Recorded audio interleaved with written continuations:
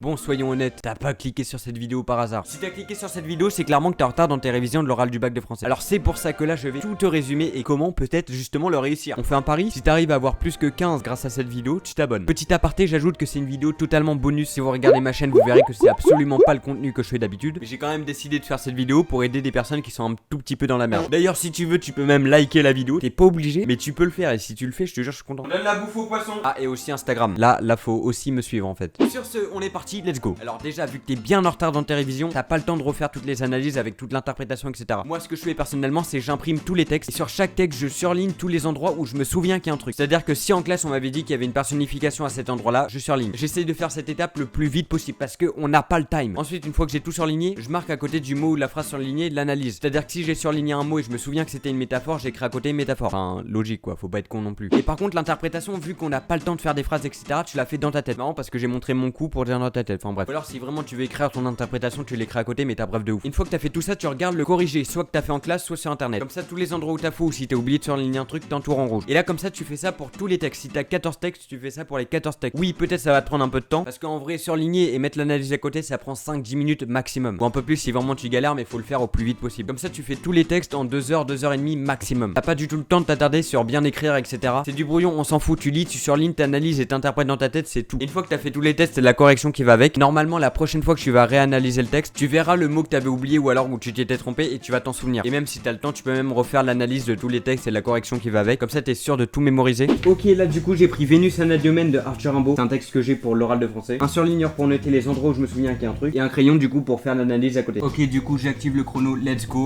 On part l'analyse.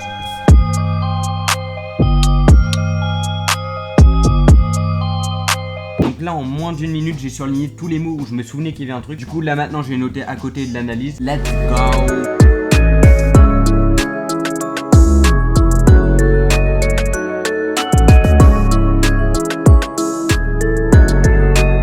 Ok, 4 minutes 18. J'ai fait l'analyse et aussi un tout petit peu d'interprétation. Parce que voilà, c'est un texte court, du coup j'avais un petit peu le temps. Donc là, du coup, j'ai noté beaucoup de périphrases. Le fait qu'au début, c'est décrit par la tête, ensuite ça descend au fur et à mesure. Il y a un oxymore, des antithèses, une comparaison, des références avec la Vénus de Botticelli. Enfin bref, j'ai pu noter pas mal de choses. Évidemment, si je me donne plus de temps, je peux développer l'interprétation. Mais là, du coup, c'est pas le but, faut faire le plus gros du plus gros. Parce que l'interprétation, le reste, tu le fais de tête. Et une fois que t'as fait ça, regarde avec la correction si tu t'es trompé ou alors si t'as oublié des trucs. Genre là, par exemple, j'ai oublié de mettre un truc, j'entoure en rouge. Enfin bref, voilà. Et là, t'as capté le délire, mon cousin. Et donc ça fait partie de ta première partie. Et dans la première partie, il y a aussi la question de grammaire. Donc après avoir fait tout ça, va falloir que tu te concentres sur ta question de grammaire. Et t'as pas du tout le temps de lire ton cours, apprendre et faire des fiches. Donc ce que tu fais, tu vas sur internet, tu regardes des fiches déjà toutes faites en marquant bien à la fin de ta recherche PDF. Comme ça, t'as plus de chances de tomber sur des fiches et pas sur des cours. Et après, tu fais ta propre fiche en recopiant le plus simplement la fiche que t'as trouvée sur internet. Et toute ta question de grammaire, interrogation, négation, etc. doit tenir sur la même fiche. Donc recto, verso, comme tu veux, mais ça doit tenir sur la même fiche. Comme ça t'oblige à recopier que le gros du gros. Parce que t'as pas le time. La vie d'artiste, tu connais. Donc là, si on récapitule, t'as tes analyses et ta question de grammaire. Et il reste quoi du coup? Frérot, t'es con, la deuxième partie. Pour la deuxième partie, du coup, la présentation de l'œuvre. Peu importe le livre que t'as choisi, tu fais une fiche en répondant à ces questions suivantes. Je te conseille de les noter sur un papier. Qui est l'auteur? C'est une question de CP, ça par contre. Si c'est un recueil avec plusieurs auteurs, tu dis que c'est un collectif d'auteurs en donnant quelques noms. L'époque de l'auteur et ses dates. Quels sont les thèmes qui sont présents dans le livre ou le recueil? Est-ce que c'est l'éducation, l'amour, le voyage, la philosophie, l'absurdité, la mémoire si ça parle d'histoire? Enfin bref, il y en a plein. Tu trouves et tu me casses pas les couilles. Pardon. Peut-être un peu mal réagi là pour le coup. Maintenant, quelles sont les caractéristiques? Donc les caractéristiques, c'est par exemple la structure. Comment c'est écrit? Est-ce que c'est en vers ou c'est en prose? Le nombre de chapitres d'apologue ou alors de fable? La longueur des chapitres, est-ce que c'est court? Est-ce que c'est long? D'autres éléments importants si t'en as, par exemple, ça peut être un registre didactique, polémique. J'en connais que deux, du coup c'est pas fou. Non, en vrai il y en a toute une liste, tu regardes sur internet et tu trouves les raisons pourquoi cette œuvre a été publiée. Est-ce que c'est pour instruire? Est-ce que c'est pour donner au lecteur l'envie de voyager? Est-ce que c'est pour l'émouvoir, le divertir, lui faire rappeler des symboles historiques, dénoncer quelque chose? Enfin bref, il y a plein de raisons. Et après tu donnes ton avis, ton ressenti personnel. Même si moi personnellement tu me donnes ton avis sur un livre, je m'en bats la race, mais par contre l'examinateur ça l'intéresse. Donc du coup pourquoi t'as aimé ce livre ou alors pourquoi tu l'as pas aimé? Mais c'est un peu con de choisir un livre que t'as pas aimé. Peut-être que t'as trouvé l'histoire intéressante, peut-être que c'est l'humour qui t'a plu, enfin bref il y a plein de raisons. C'est ton propre avis en gros. Mais fais gaffe parce que t'as 3 minutes maximum pour présenter ton œuvre. Du coup faut que t'ailles au plus vite. Si tu résumes ton livre, faut pas que ce soit trop long, pas plus de 30 secondes. Parce qu'après t'as plein d'autres choses à dire. Et si tu dures trop longtemps, dans certaines causes ça peut être bénéfique mais pas ici, l'examinateur il aura pas du tout le time de te poser des questions. Et du coup après tu perdras des points, c'est un petit peu con. Après je crois que cette année on a le droit au livre, donc si c'est le cas t'as le droit de la noter. Donc tu mets des notes notes dans ton livre, comme ça c'est un peu bénéf et t'oublies rien. Et après vraiment mets juste des notes mais pas des phrases parce que sinon tu vas lire. L'examinateur il va se faire yesh et après il va avoir envie de te goumer. Donc bon, ce serait dommage. Et si t'as le time pour gratter un petit peu de points, essaye de lire tous les textes. Parce que pendant que tu vas lire devant l'examinateur, tu dois pas du tout bégayer. Ça te permet de gratter 2 points au calme. Parce que frérot, c'est de la lecture,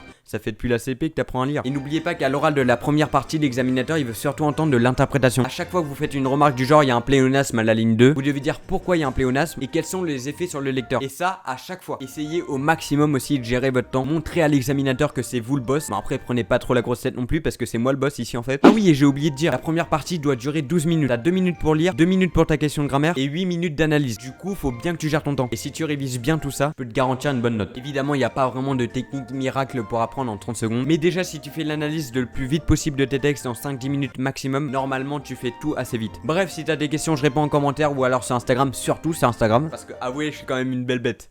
Pas du tout. Si tu me découvres, bah n'hésite pas à aller regarder un petit peu ce que je fais sur ma chaîne. Des concepts un petit peu de divertissement, un peu ce que tu veux. Bref, moi j'ai qu'une chose à vous dire. Allez, salut!